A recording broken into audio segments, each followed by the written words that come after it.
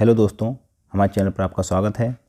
इस वीडियो में हम वीडियो 2018 री एग्ज़ाम से जुड़े सभी सवालों का जवाब देंगे। डीवी रिजल्ट आने के बाद हम सबके मन में काफ़ी सारे सवाल हैं, उन सब का एक एक करके जवाब देने की कोशिश हम इस वीडियो के माध्यम से करेंगे। ये वीडियो डीवी रिजल्ट के इतने दिन बाद इसलिए आई है क्योंकि डीवी रिजल्ट के समय बहुत ज़्यादा कन्फ्यूजन हो गया था। कैसे नॉर्मलाइजेशन हुआ है, क्या किया गया है, कुछ भी किसी के समझ में नहीं आ रहा था। तो आज काफ़ी लोगों से बातचीत करने के बाद, जो बच्चे सेलेक्ट हुए हैं उनसे बातचीत करने के बाद, जो नहीं हुए हैं उनसे भी बातचीत करने के बाद पक्के सबूतों के साथ हम इस वीडियो को लेकर आए हैं। इस वीडियो में हम कोशिश करेंगे कि आपके सभी सवालों का समाधान हो जाए। तो चलिए शुरू करते हैं। सबसे पहला सवाल है, नॉर्मलाइजेशन में क्या हुआ है, कैसे हुआ है। उससे पहले एक बात और है कि काफ़ी बच्चे नेगेटिव मार्किंग को लेकर भी परेशान थे। कई सारे अभ्यर्थी ऐसे मिले जो अपना फाइनल स्कोर नहीं निकाल पा रहे थे सही नेगेटिव मार्किंग के ज़रिए। उनको पता नहीं था कि नेगेटिव मार्किंग आखिर है कितनी। तो देखिए, इस भर्ती में 1/2 की नेगेटिव मार्किंग थी। और जैसा कि आपको पता है कि एक प्रश्न 2 नंबर का था, तो एक प्रश्न जब 2 नंबर का हुआ तो एक गलत प्रश्न करने पर 2 का 1/2 कटेगा। बहुत से लोग सिर्फ 1/2 काट रहे थे, मतलब 0.5 गलत क्वेश्चन पर 0.5 लगा रहे थे, लेकिन नहीं, आपका 2 का 1/2 कटेगा। इसका मतलब ये हुआ कि आपका पूरा 1 नंबर कटेगा एक गलत क्वेश्चन होने पर। ठीक है, 1/2 की नेगेटिव मार्क का मतलब है कि 2 नंबर, जो एक प्रश्न 2 नंबर का था उसका 1/2, इसका मतलब 1 नंबर, आपका 1 नंबर कटेगा एक गलत प्रश्न होने पर। अगर हम इस हिसाब से देखें, मान लीजिए किसी अभ्यर्थी ने 140 प्रश्न अटैम्प्ट किए और उसके 110 प्रश्न सही हैं और 30 प्रश्न गलत हैं, तो उसका जो फाइनल स्कोर आएगा, देखिए 110 क्वेश्चन 2 नंबर के तो 220 हो गया। इसके बाद 30 क्वेश्चन उसके गलत हैं, तो जिसमें उसका 1 नंबर कटेगा तो 30 नंबर उसमें से कट जाएंगे और उसका जो फाइनल स्कोर बैठेगा इस हिसाब से, वो बैठेगा 190। ठीक है, तो आपको इस हिसाब से नेगेटिव मार्किंग अपनी करनी है। फाइनल आंसर की से मिलाने के बाद इस तरह से नेगेटिव मार्किंग आपको लगानी है, क्योंकि बहुत से बच्चे इसमें 30 की जगह यहाँ 15 घटा रहे थे। ठीक है, 0.5 कर रहे थे, तो उनका स्कोर 205 आ रहा था, फिर वो बोल रहे थे नहीं हुआ। तो ये ध्यान आपको रखना है कि एक गलत क्वेश्चन पर पूरा 1 नंबर कटेगा और एक सही क्वेश्चन पर पूरे 2 नंबर मिलेंगे। तो इस हिसाब से आपको अपनी नेगेटिव मार्किंग करके फाइनल स्कोर निकालना है। चलिए अब बात करते हैं एक दूसरे पहलू पर। देखिए, नॉर्मलाइजेशन में सभी शिफ्ट जो हैं उनका अलग अलग नंबर घटा है, बढ़ा है, लेकिन सभी का बराबर नंबर नहीं घटा बढ़ा। ये आप देखिएगा कि नॉर्मलाइजेशन में क्या हुआ है कि एक्यूरेसी का भी प्रभाव पड़ा है। एक्यूरेसी मतलब आपने कितने गलत किए, कितने सही किए, उतना जो परसेंटेज है उसका भी प्रभाव देखने को मिला है। एक ही शिफ्ट के अभ्यर्थियों के बराबर नंबर ना ही घटे हैं ना ही बढ़े हैं। ठीक है, जो 26 की फर्स्ट शिफ्ट के हैं, किसी का 10 नंबर कम हुआ है, किसी का 15 नंबर भी कम हुआ है। तो देखिए, इस पर मेन चीज़ है ये एक्यूरेसी। आपने पैट में भी देखा होगा, पैट में जब आपका स्कोर कार्ड आता है तो हर शिफ्ट के बच्चों का अलग अलग स्कोर घटता या बढ़ता है, उसमें भी एक्यूरेसी का ध्यान रखा जाता है। एक्यूरेसी कैसे मैटर करती है, आप ज़रा ध्यान दीजिए। हम यहाँ पर 2 अभ्यर्थियों का मान लो डेटा ले रहे हैं। एक अभ्यर्थी ए है, उसने कुल 140 क्वेश्चन अटैम्प्ट किए, उसके 110 सही थे और 30 क्वेश्चन गलत थे, तो उसका जो फाइनल स्कोर आएगा वो 190 आएगा। ठीक है, अब एक दूसरा अभ्यर्थी है बी, उसने 104 ही क्वेश्चन अटैम्प्ट किए, उसके 98 सही थे और मात्र 6 ही गलत थे, तो उसका भी स्कोर आया 190। अब यहाँ पर ध्यान देने वाली बात यह है कि यदि ये दोनों एक ही शिफ्ट में होंगे और दोनों के नंबर बढ़ाने हैं, तो बी के नंबर ज़्यादा बढ़ेंगे बजाय ए के, क्योंकि ए की एक्यूरेसी कम है और बी की एक्यूरेसी ज़्यादा है, इसलिए बी के नंबर ज़्यादा बढ़ेंगे, ए के कम बढ़ेंगे। अगर ये किसी आसान शिफ्ट में है, मान लो अगर नंबर घटाने हैं तो ए के नंबर ज़्यादा घटेंगे और बी के नंबर कम घटेंगे। ठीक है, ए के नंबर ज़्यादा घटेंगे, बी के नंबर कम घटेंगे यदि इनका नंबर घटाने हैं। यदि बढ़ाने हैं तो ए के कम बढ़ेंगे, बी के ज़्यादा बढ़ेंगे। ये एक्यूरेसी का प्रभाव नॉर्मलाइजेशन में देखने को मिलता है, ये आप पैट में भी देख सकते हैं। तो एक्यूरेसी के आधार पर ही 26 की फर्स्ट शिफ्ट और 27 की जो फर्स्ट शिफ्ट है उनके नंबर 10-10 नंबर, 12-12 नंबर तक भी घटे हैं। और एक्यूरेसी के आधार पर ही 27 की सेकंड शिफ्ट और 26 की सेकंड शिफ्ट के नंबर काफ़ी बड़े भी हैं। सबके बराबर नहीं बढ़े हैं, सबके बराबर घटे भी नहीं हैं। ये आपको ध्यान रखना है, इसमें एक्यूरेसी का भी एक इफ़ेक्ट पड़ा है। अब देखिए, जब आपकी रिवाइज आंसर की आई थी तो उसमें 27 की फर्स्ट शिफ्ट जो थी उसको सबसे ज़्यादा फुल मार्क्स मिले थे। 27 की फर्स्ट शिफ्ट में 4 नंबर पर फुल मार्क्स मिला था। तो इससे हुआ क्या, इससे हुआ ये कि जो पूरी शिफ्ट थी 27 की, इसमें होता क्या है कि जब फुल मार्क्स मिलते हैं तो जिसने अटेम्प्ट ना भी किया है उसको भी नंबर मिलते हैं। इससे हुआ क्या कि पूरी शिफ्ट का ही औसत जो स्कोर था, एवरेज स्कोर था, वो बढ़ गया।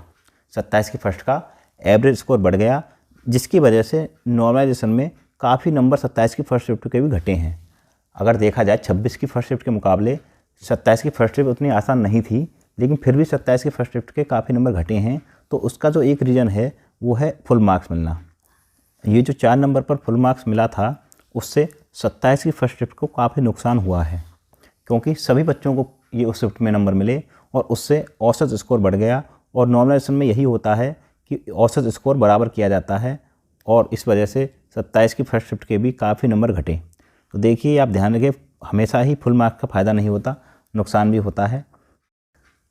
चलिए अब बात करते हैं फाइनल सिलेक्शन के लिए सेफ स्कोर क्या रहेगा।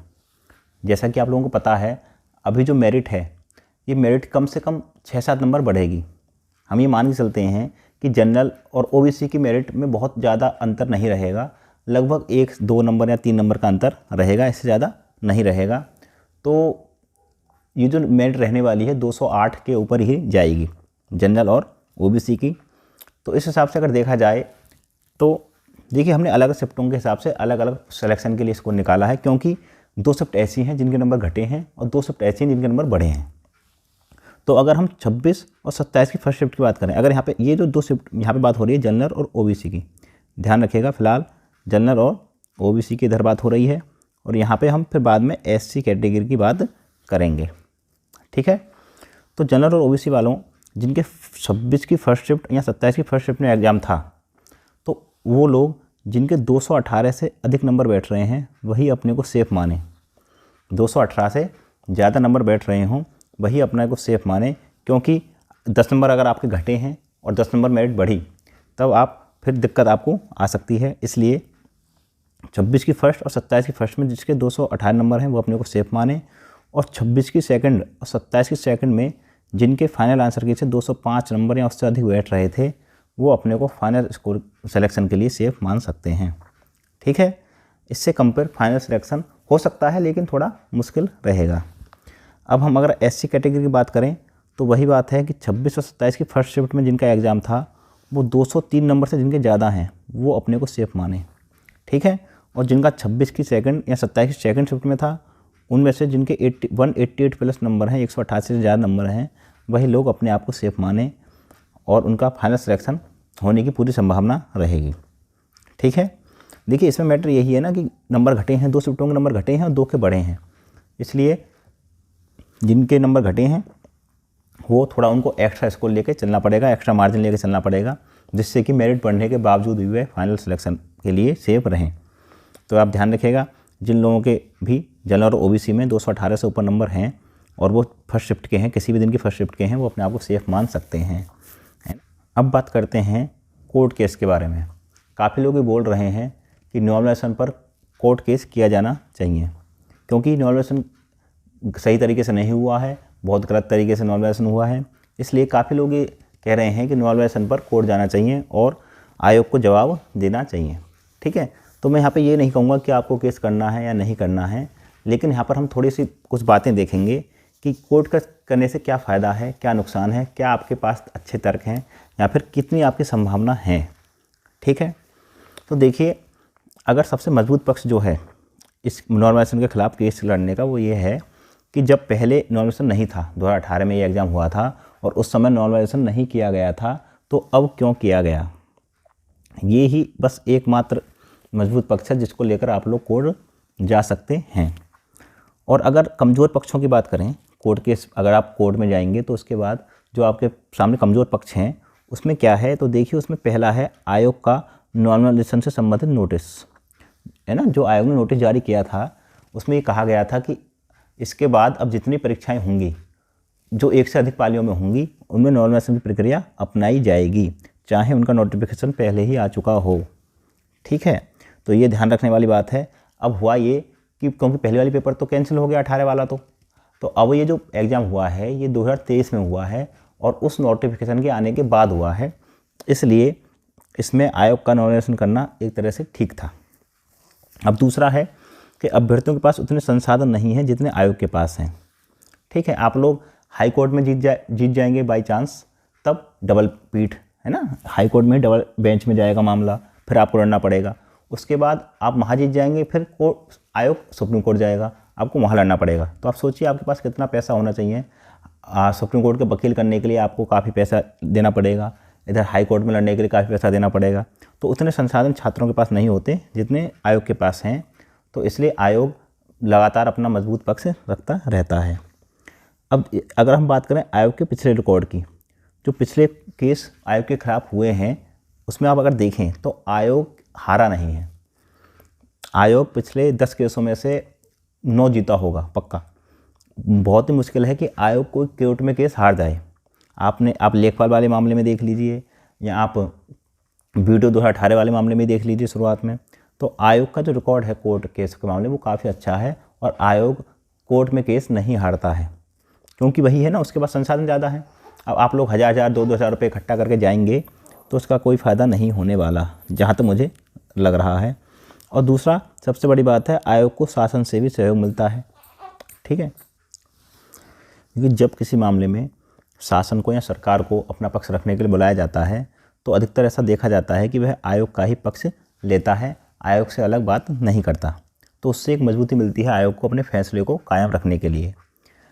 ठीक है, तो आप ये खुद देख लीजिए कि आपके सामने आपके केस में क्या मजबूत पक्ष है और कितने कमज़ोर पक्ष हैं। मैं आपसे ये नहीं कह रहा कि कोर्ट ना जाएं, आपकी इच्छा है आप बेशक जाएं, लेकिन होता क्या है, बहुत सी जगह कोर्ट केस के चक्कर में बहुत से लोग रहते हैं जो आपके पैसे पर नज़र रखते हैं और आपसे 1000 रुपये 2,000 रुपये चंदा इकट्ठा करवाया जाता है और लाखों रुपए उनके जेब में चले जाते हैं। आप लोग सिर्फ इधर उधर घूमते रहते हैं, उससे कुछ होता नहीं है और उन लोगों के जेब में पैसे चले जाते हैं, वो भी खुश। ठीक है, और आयोग अपना काम करता जाता है। तो इसमें नॉमिनेशन कुछ ज़्यादा होने वाला है नहीं, ये मेरा अपना मानना है। बाकी आप लोग अगर आप कोर्ट जाना चाहते हैं तो जा सकते हैं। चलिए अब बात करते हैं कि इस भर्ती में EWS आरक्षण लागू होगा या नहीं। इस मामले पर कोर्ट में केस ही पड़ा हुआ है, जैसा कि आप लोगों को पता है। तो जो हमारा जो मानना है उस अनुसार इस भर्ती में EWS आरक्षण लागू होने की संभावना बहुत ही ज़्यादा कम है। ठीक है, इस भर्ती में EWS आरक्षण जो है वो मुश्किल है कि लागू हो।